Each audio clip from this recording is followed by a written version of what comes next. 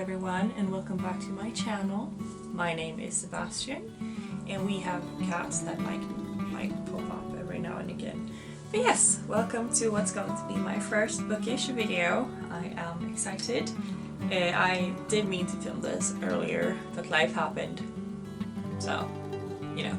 But here we are, and we are going to talk about my August and September reads. I had meant to film this in September and do August reads, and then I was going to do September read in October. But life happens. So here we are. If I keep looking down, it's either on my cat or on my notes, just so you know. But yes, in total I read 8 books through August and September. I read 4 books in August and 4 books in September, and 1 was fiction and 7 was non-fiction. And I do this at times. When I kind of need a palate cleanser, I read a lot of fiction and then I go back to non-fiction, and then I need a palate cleanser from non-fiction and then I go back to fiction. So I read a lot of different things because I'm a mood reader. So you know, that's what you get for being a mood reader. In September, I read Psychic Photography by Hans Holzer, who is a paranormal researcher. He is sadly passed away now, but he was really big in his prime, so it was really fun to read his book. I am also going to give you a more in-depth review of these books later on. This is just a speed through of, okay, I read these books.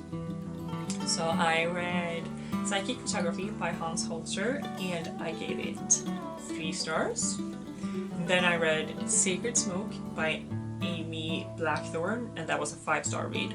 Oh, so good. Have to read it. If you're interested in anything incense related or smoke cleansing related, you have to read it. It was super cozy. Then I read The Crooked Path by Keldon, which is also a witchcraft related kind of book. Also super cozy, super nice, also a 5-star read. I'll give you the details later, but it was super cozy. I might read it again soon, actually.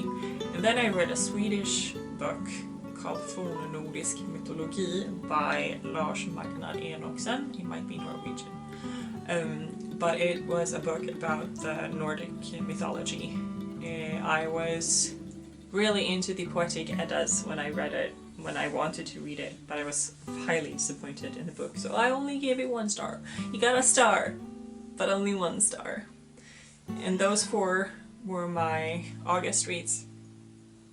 And in September I read The Little Book of Chakras by L.T. Wilde. Yes, hi, I'm gonna pick you up soon.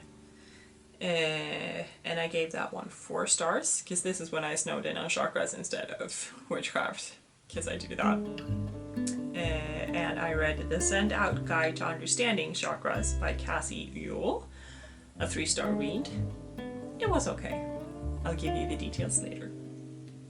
Then I read Chakra Healing by Margarita Alcantara. I am butchering that name, and I'm sorry. And it was a 2-star read, because there was a few things in that book that I wasn't prepared for. See, my cat is reading with me. And the last book I read in September was A House at the Bottom of a Lake by Josh Malerman, and it's a 5-star read. It was so good. It was just what I needed to get back into reading fiction again. It was so good. Oh my god. Yes. Hi! You wanna come say hi? You wanna come say hi? Oh, come say hi. Oh, this is Nana. He is the cuddliest of the cats I'm living with. So he might be the one popping up every now and then. Mia, you wanna go down?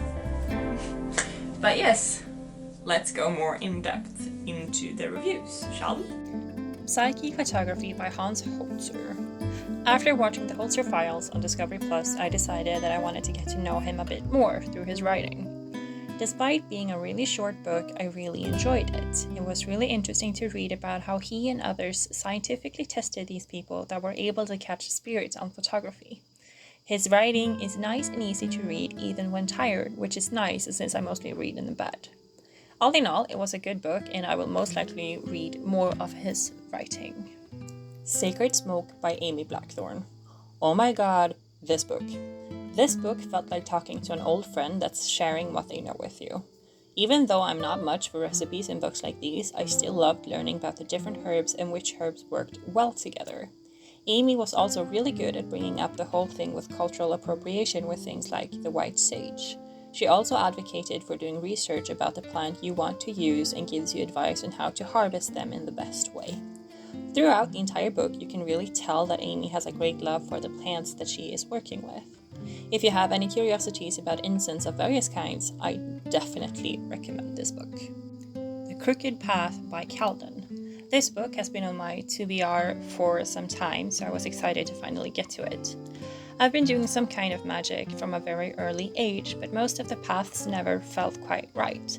I've never worshipped or worked with any specific god or goddess, because even though I don't have any trouble believing that they exist, it's just never been my thing. So reading about the more traditional side of magic brought me a feeling of peace within myself and my own practice. It's okay to just work with the mother and father of magic. It was a relief. Because, sometimes you just have to get back to the basic and figure out what you really want instead of reading New Age things. There's nothing wrong with New Age things, but reading The Crooked Path by Calden was a relief for me. Fornnordisk mytologi by Lars Magnar Enoksen. This book was not at all what I expected it to be, and I was really disappointed. I borrowed it from the library in hopes of reading the Eddas, but all I got was one poem and then a lot of facts and theories about Odin. Not what I thought it would be. Because I borrowed this book from the library with hopes of reading more of the poetic Eddas and the poems about the old Scandinavian gods and goddesses, but getting just one poem was insanely underwhelming, and it just wasn't what I thought it would be. The Little Book of Chakras by Elsie Wilde. It was a very cozy read with a lot of good and useful basic information about the chakra system. It was easy to read and follow along in while giving examples on both crystals and yoga poses that works with each chakra point. It was very cozy and laid back, so reading it was like, okay, I can kick back, I can put my feet up, and I can read this book. It was very nice and a nice break. The Send Out Guide to Understanding Chakras by Kathy Yule. Just like Elsie Wilde's The Little Book of Chakras, this is another good introduction book, though not as cozy in my opinion. It did, however, establish a further interest in the chakra energy system, because it was a hyperfixation I had when I read these books. I think it's very good to establish a good basic information ground when you get a new hyperfixation before you do a further deep dive, because there is so much information about the chakra system out there. So I think establishing a good basic ground of information is important before diving into the deeper side of things. Chakra Healing by Margarita Alcantara.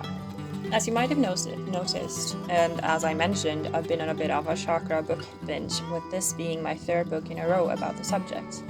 However, this book contained a lot of the same information as the other two, but it also talked about how different foods affect the different chakras, talking about which food would disrupt it and what food would help support it. As someone who has had eating disorders and still struggles from time to time, this was an aspect of the book that was hard for me to deal with, and I honestly ended up skipping those parts. I wish that it came with a trigger warning when I read about this book, because it was a good book, but the fact that it spoke about food in such a matter, skip this and contemplated with this, switch them out, was hard. It was a really hard aspect for me to read about, which is why I ended up skipping those parts, and it's why this book only has a 2-star rating. A House at the Bottom of a Lake by Josh Malerman. Now, this was a good book to get me back into the swing of fiction, and what a first date. I could barely put the book down once I got going. It was fast-paced and easy to read while keeping me on my toes. I'd love to read more books that grip me like this, because it was just perfect and what I needed at the time, and it was such an obvious 5-star read once I got going, and I genuinely couldn't stop. Well, that was it for me, guys. Thank you so much for joining me in my first ever reading wrap up, and thank you so much for watching my video until the end. If you have, feel free to subscribe, and you can find links to all my other socials down in the box below. And I will see you all next time. Take care of yourself until then. Bye bye!